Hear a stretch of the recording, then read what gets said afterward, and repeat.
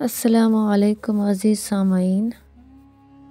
سرکار واصف علی واصف رحمۃ اللہ علیہ فرماتے ہیں، ساری زندگی ٹرین کی طرح گزارنی ہے، اگلا اسٹیشن آ جائے گا اور سامان پیچھے رہ جائے گا۔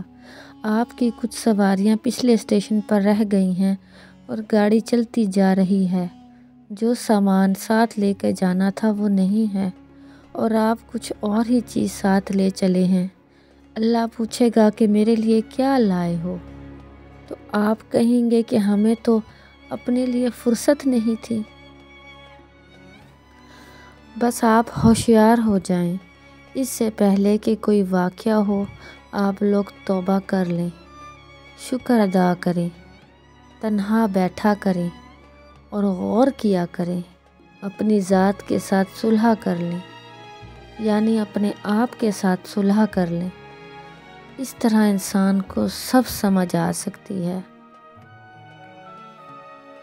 حوالہ گفتگو 3 صفحہ نمبر 200۔ اللہ تعالیٰ سرکار حضرت واصف علی واصف رحمۃ اللہ علیہ کے درجات بلند فرمائے، آمین۔